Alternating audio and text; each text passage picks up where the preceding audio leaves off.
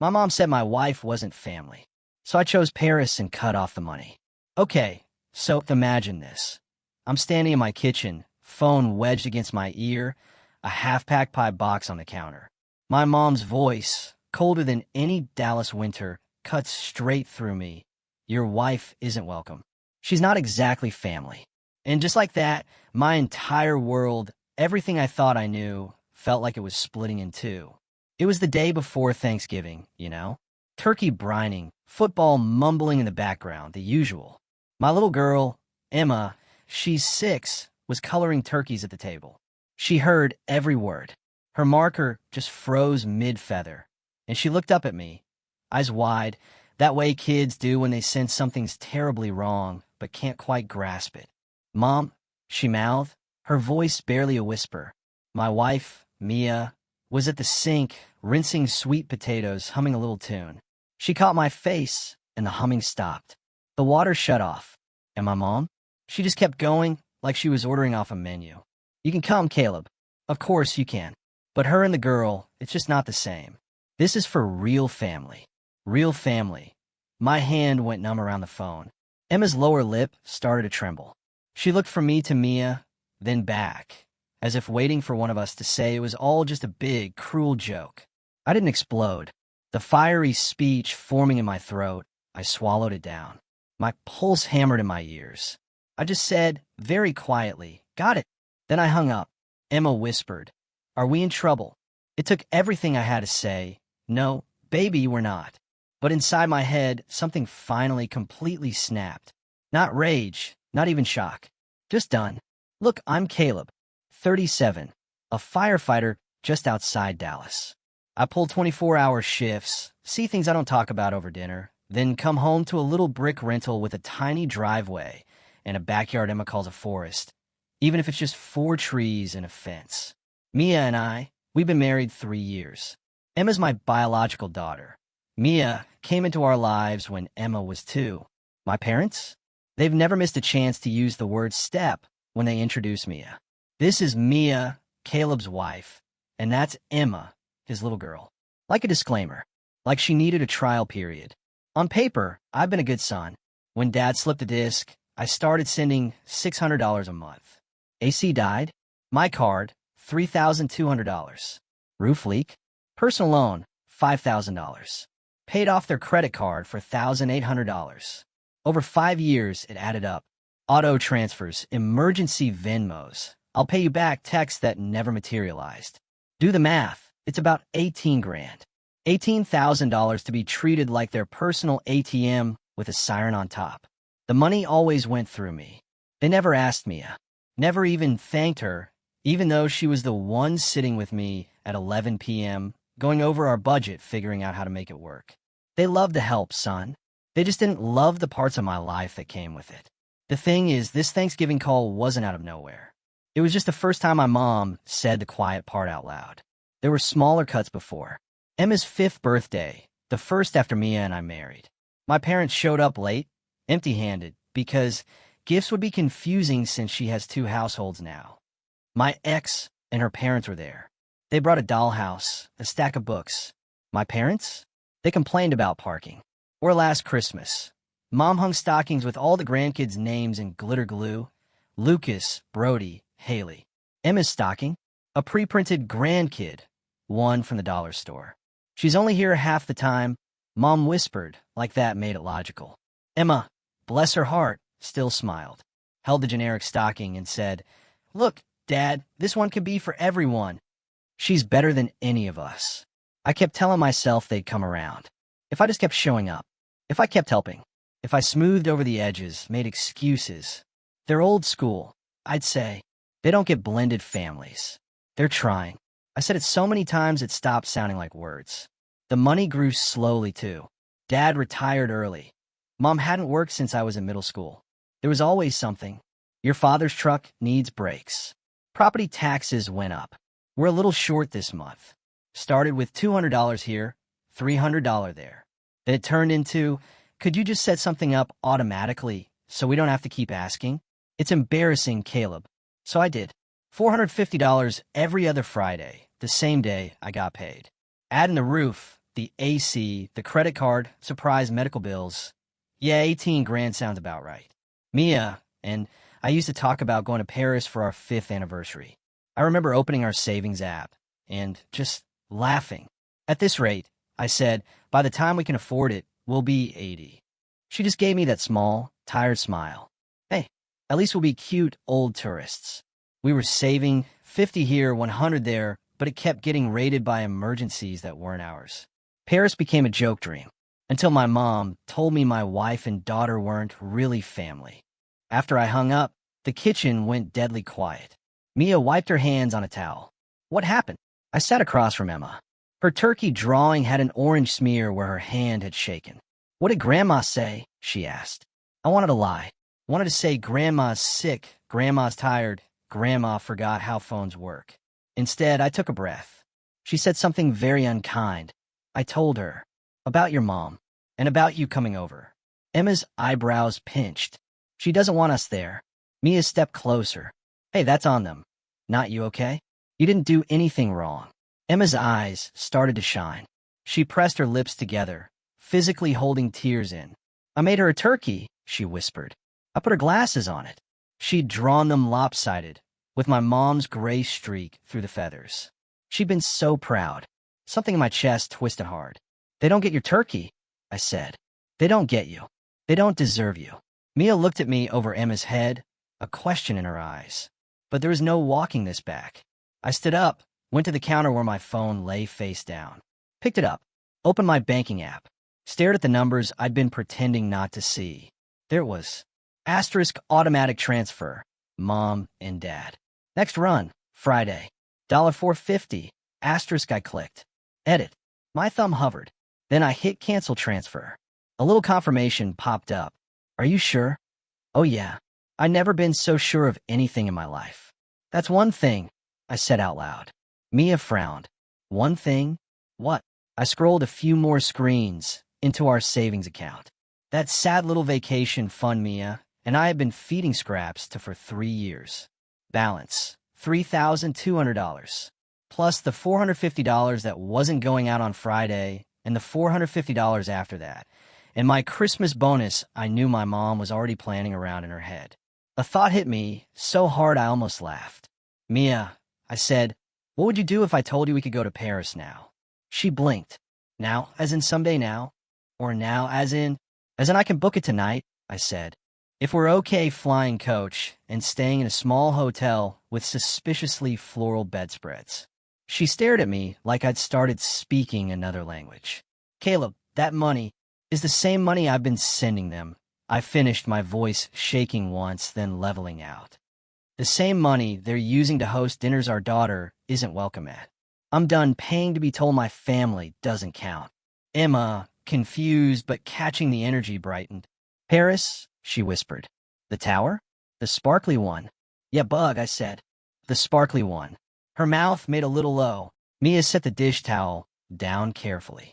Are you sure? She asked. I don't want to be the reason you cut them off. I don't want them blaming me. They already blame you, I said. Might as well give them the right reason. I walked over and kissed her forehead. Pack warm clothes. We're going to eat croissants instead of dry turkey this year. Booking it felt unreal. I sat at the table after Emma went to bed, laptop open, credit cards sweating in my hand. Dallas to Paris. Red-eye flights. Not cheap, but not impossible when you're not bleeding out money for someone else's bills. Hotel near the Latin Quarter. Tiny room. Breakfast included. Photos looked like someone's grandma decorated it in 1987. I loved it instantly. I kept thinking about that number. $18,000. This trip, for the 3 of us, flights, hotel, reasonable budget for food, a few tourist things Emma wouldn't remember in detail but would feel in her bones. $5 grand. $5,000 to give my wife a week where she wasn't not exactly family. $5,000 to show my daughter the world is bigger than one ugly opinion. And the most expensive thing, the thing I couldn't put a price on, $5,000 to prove to myself that my job is not to sacrifice everything for people who won't do the bare minimum of kindness. I pressed confirm booking, got the little spinning wheel, then the email. Your trip to Paris is confirmed. Mia stared at the screen, hand over her mouth. Are we really doing this? She whispered. Yeah, I said. We are. Instead of driving 10 miles to watch my mom carve a turkey and pretend my wife doesn't exist, we were going 5,000 miles across an ocean. It felt like breathing after being underwater for years. I didn't call my parents back. I sent one text to the family group chat. We won't make it for Thanksgiving. Plans changed. Happy holidays. My brother Mark replied with a thumbs up and a turkey emoji. My mom left it on read. We flew out the Tuesday before Thanksgiving. Emma wore the little backpack with cat ears Mia bought her, clutching a stuffed Dalmatian one of the guys at the station gave her. Like Daddy's work dog, she said. She pressed her face to the plane window during takeoff and whispered, It's like the world is a Lego set. Mia reached for my hand, squeezed it hard. Thank you, she said, for choosing us. I wanted to say for the first time, but I didn't. Paris was cold and bright and overwhelming in the best way. We did the tourist stuff. Eiffel Tower at night. Hot chocolate, so thick you could almost stand a spoon in it. Emma fell in love with a carousel in some random square and insisted we ride it 3 times. On Thanksgiving Day, we walked along a street, eating crepes, instead of sitting in my parents' dining room listening to my dad complain about kids these days. We found a small place serving some version of roast chicken and potatoes. We can pretend this is turkey, Mia laughed. Halfway through, Emma held up her glass of orange juice. Cheers, she said, to our tiny family. I clinked my water glass against hers. To our tiny family, I repeated. My phone buzzed a couple of times that day. I ignored it. That night, back at the hotel, I finally checked. The group chat was full of pictures from their dinner. Cousins around the table, my parents' house looking extra polished, a photo of the turkey, a shot of my mom's centerpiece that was really just fake leaves around a candle. And then my brother posted a screenshot of my Instagram story. It was a simple picture. Mia and Emma in their winter coats, backs to the camera, looking at the Eiffel Tower lit up. I captioned it, Happy Thanksgiving from Paris. Mark commented under it in the family chat. Must be nice to waste money. I stared at that for a long time. I could have ignored it. Logged off, gone to sleep. Instead, I felt that old familiar heat in my chest, and then something colder, clearer right behind it. I typed slowly. No yelling, no all caps. It is nice, I wrote. By the way, that's the same money I've been sending to Mom and Dad. Just redirected it. I hit send. No one replied for about 10 minutes. Then the messages started. Mom, excuse me, Mark. What is that supposed to mean? Dad, call me now. I didn't. Mia saw my face and touched my arm. You okay? Yeah, I said. They finally know. We put Emma to bed in the tiny cot by the window. She fell asleep holding the Dalmatian by its tail. Mia and I lay there, listening to Paris traffic noises we didn't recognize. At exactly 2:03 a.m. Paris time, my phone started ringing. Dad, on the screen. I stared at it for a long second. Then I answered. He didn't say hello. Are you in your right mind? He snapped. What kind of man cuts his parents off without even warning them? There it was. Not. You're in Paris? That's great. How's Emma? Is she having fun? Just the money. I did warn you, I said quietly. When Mom said my wife and daughter weren't welcome at Thanksgiving. That was the warning. That's not what she said. He shot back immediately. You know your mother. She gets worked up. She didn't mean. She said your wife isn't welcome. She's not exactly family. I repeated the words slowly. And she lumped Emma in with that. Emma was right there, Dad. She heard it. He went silent for half a beat. Kids are resilient, he said finally. You can't throw away years of support over one misunderstanding. Your mother is devastated. She's been crying all day. I closed my eyes. Dad, I said, do you know how much I've sent you in the last 5 years? He scoffed. Is this about keeping receipts now? 18,000, I said. Give or take. House, AC, credit card, monthly transfers. 18 grand that could have been in Emma's college fund, or a house down payment, or, I don't know, Paris. He started to say something, but I kept going. And after all that, the first time I do something for my own family with that money, my brother calls it wasting it. You call it 2 in the morning to demand I explain myself. And Mom tells my wife she's not family. I sat up in bed, careful not to wake Mia. I'm not your backup bank anymore, Dad. You're off my accounts. The money's staying here. He exhaled loud enough it crackled through the speaker. What are we supposed to do? He asked. The mortgage is due next week. We already counted on that transfer. That's the problem, I said. You counted on money that was never guaranteed, while treating the people supplying it like optional accessories. That's not fair, he snapped. We raised you. We gave you everything. You gave me a childhood and a roof, I said. I'm grateful. That debt's paid. I gestured around the dim hotel room.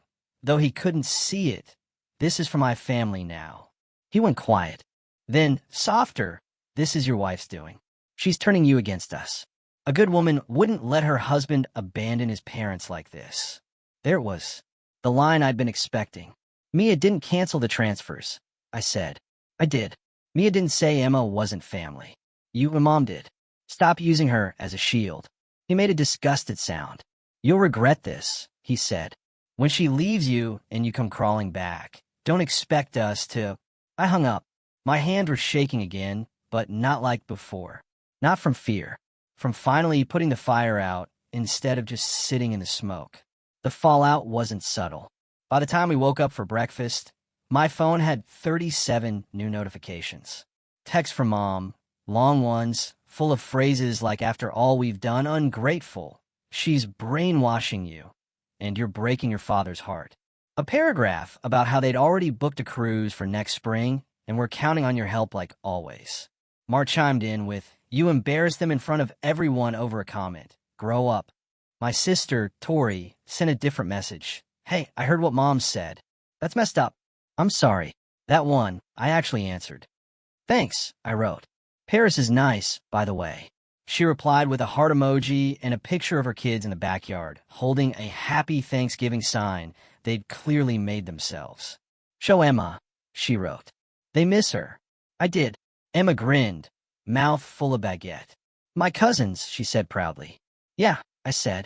Your cousins. Not everyone was against us. That mattered. I didn't answer my parents. Didn't argue.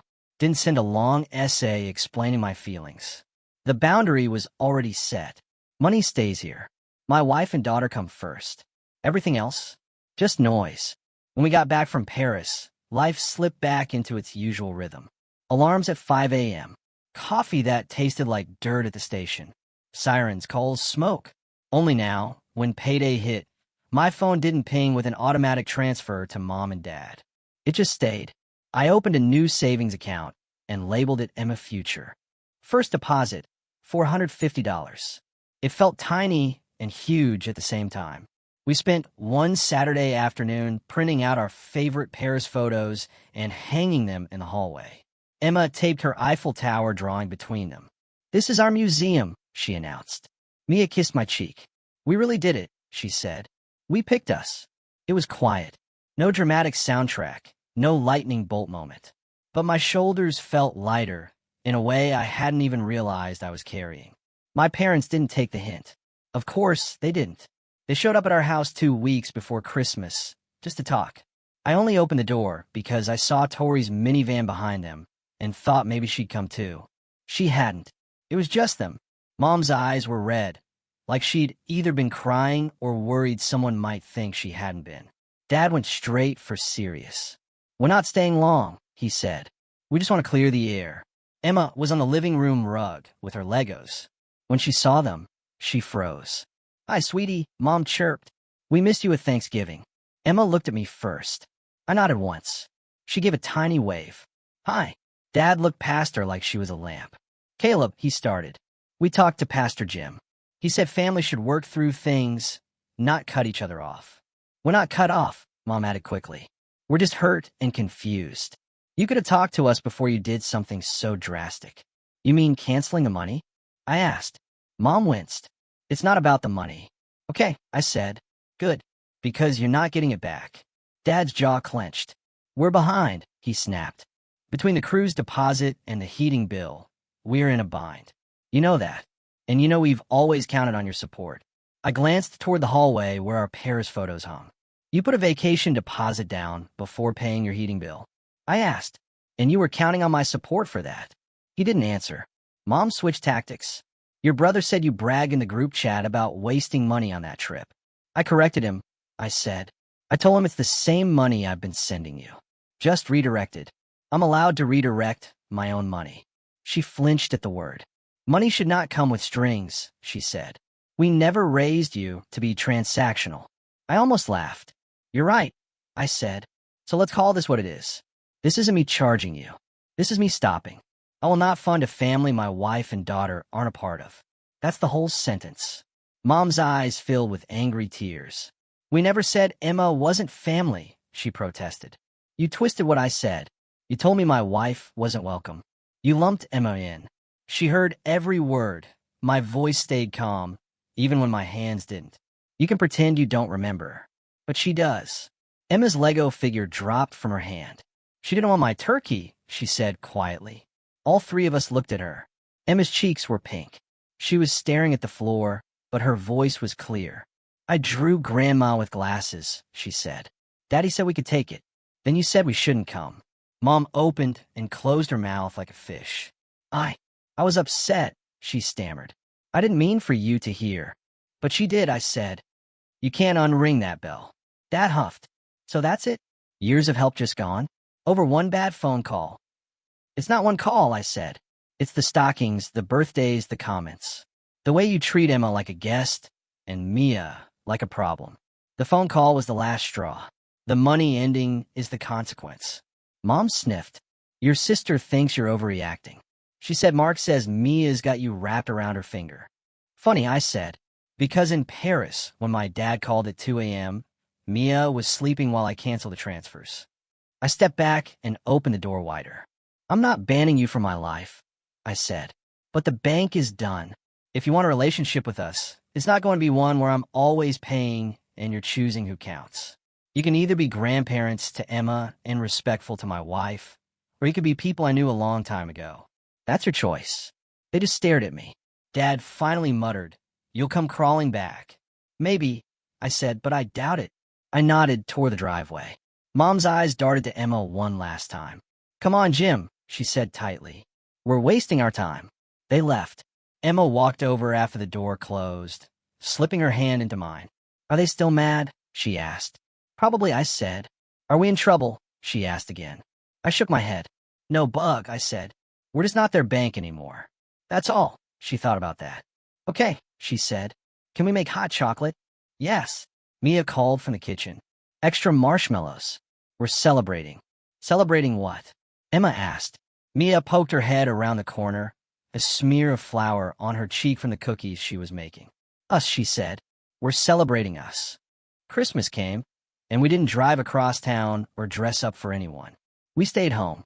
Tori texted that morning that Mom was pouting, Dad was ranting about ungrateful kids, and Mark was fake agreeing while his wife glared at him.